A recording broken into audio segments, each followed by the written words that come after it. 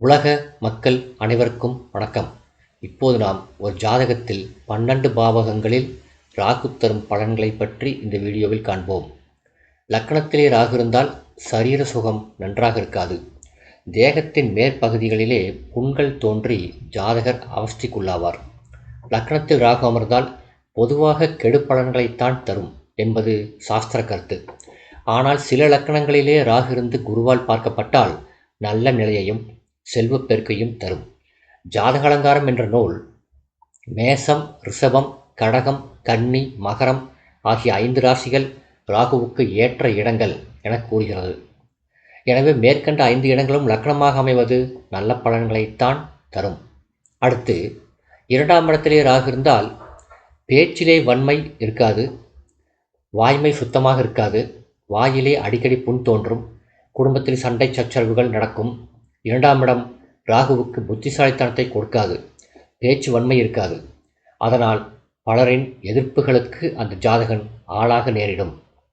ஆனால் 2ஆம் இடத்திலே ராகு அரசாங்க அனுகூலத்தை கொடுத்து வேலை வாய்ப்பையும் வழங்குவதற்கு இடம்பிருக்கிறது.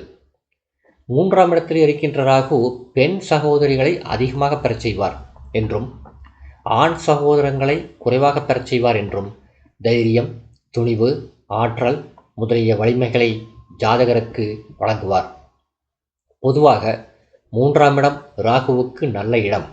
3ஆம் இடம் பொதுவாக அசுப கிரகங்களுக்கு ஏற்ற இடம் என்றாலும் ராகுவுக்கு மிக அதிகமான வலிமையையும் துணிவையும் தைரியத்தையும் வீரத்தையும் கொடுத்து ஜாதகரை மேன்மைப்படுத்தும். எனவே 3ஆம் இடம் ராகுவுக்கு ஏற்ற இடம். அதனால் 3ஆம் இடத்திலே ராகு இருக்கும் ஜாதகர்கள் நல்ல பலன்களை அடைவதற்கு வாய்ப்புகள் அதிகம். 4ஆம் இடத்திலே இருக்கின்ற ராகு தாயாரின் உடல் நலத்தை கெடுப்பார், வண்டி வாகனங்களில் விரயத்தை ஏற்படுத்துவார், ஜாதகர் கல்வி அறிவு குறைவானவராக இருப்பார்.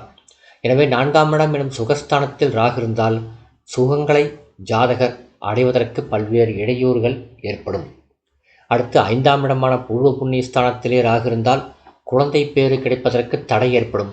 புத்திரபாகிய தோஷத்தை குறிக்கும் இடம் என்பதால் புத்திரபாகிய தோஷத்தை தரும். ஜாதகர் மூக்கால் பேசும் ஒரு பழக்கத்தை உடையவராக இருப்பார். 5ஆம் இடம் ராகுவுக்கு ஏற்ற இடம் அல்ல, நல்ல பலன்கள் கிடைக்காது. 6ஆம் இடத்திலே ராகு இருந்தால் அந்த ஜாதகன் துணிவும் தைரியமும் கொண்டு செல்வத்தை சேர்ப்பான் என்றும் மக்கள் மத்தியிலே ஒரு புகழுடைய நபராக அந்த ஜாதகன் வலம் வருவான் என்றும் ஜோதிட நூல்கள் கூறுகிறது. எதிரிகளை வெற்றி கொள்வான் அந்த ஜாதகன், பிறருக்கு வக்காலத்து வாங்கி செல்வத்தை சேர்ப்பான். 7ஆம் இடமான கலத்திரஸ்தானத்திலே ராகு இருந்தால் அதிகமான கெடு பலன்களை ஏற்படுத்தும்.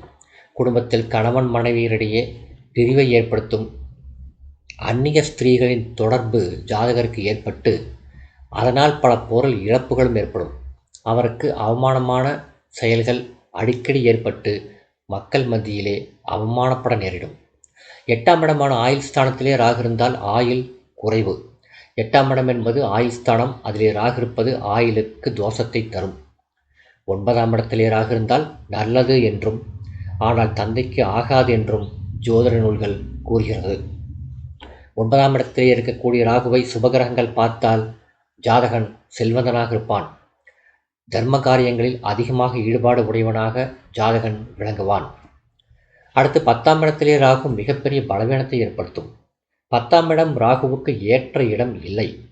அதிலே ராகு இருந்தால் பலவித தொல்லைகளையும் துன்பங்களையும் சரிவுகளையும் ஜாதகருக்கு ஏற்படுத்தும்.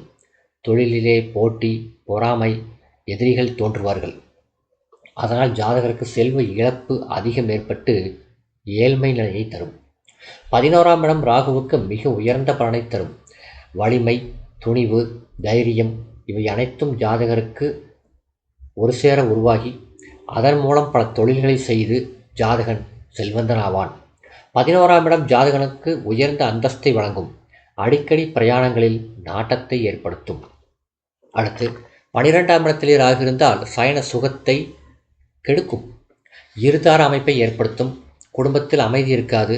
சிற்றின்ப சுகம் ஜாதகருக்கு ஏற்படாது. அதிலே தடைகள் ஏற்படும். சயன சுகம் கெடும். அனாவசியமான அசுப காரியங்கள் மூலம் செலவுகள் ஏற்பட்டு விரயத்தை ஜாதகர் சந்திக்க நேரிடும். ராகு சிறப்பான யோகத்தை தர வேண்டுமென்றால் திரிகோண இடத்திலே ராகு அமர்ந்து அவரோடு ஒரு கேந்திராதிபதி இணைந்திருக்க வேண்டும். அப்போது மிகப்பெரிய லாபத்தை, செல்வத்தை, சுகத்தை ஜாதகர்கள் அடைய முடியும். அதேபோல ஒரு கேந்திரஸ்தானத்திலே இருந்தால் 5, 9ஆம் அதிபதிகளோடு ராகு இருந்தால் செல்வப்பெருக்கை தருவார். செல்வந்தனாக அந்த ஜாதகனை மாற்றி அமைப்பார். புகழுடையவனாக, சுகமுடையவனாக அந்த ஜாதகனை உருவாக்குவார். பொதுவாக ராகு தனித்திருப்பது சரியில்லை. ஏதாவது ஒரு கிரகத்துடன் இணைந்திருந்தால்தான் பாதிப்புகளிலிருந்து ஜாதகர் தப்ப முடியும். ராகு தரும் தீய பலன்களிலிருந்து விடுபட ராகு காலத்தில் துர்க்கையை வணங்கினால் தோஷம் நீங்கி உயர்வான பலன்களை பெற முடியும். இந்த வீடியோ உங்களுக்கு பிடிச்சிருந்தா லைக் பண்ணுங்கள், ஷேர் பண்ணுங்கள், சப்ஸ்கிரைப் பண்ணுங்கள். நன்றி.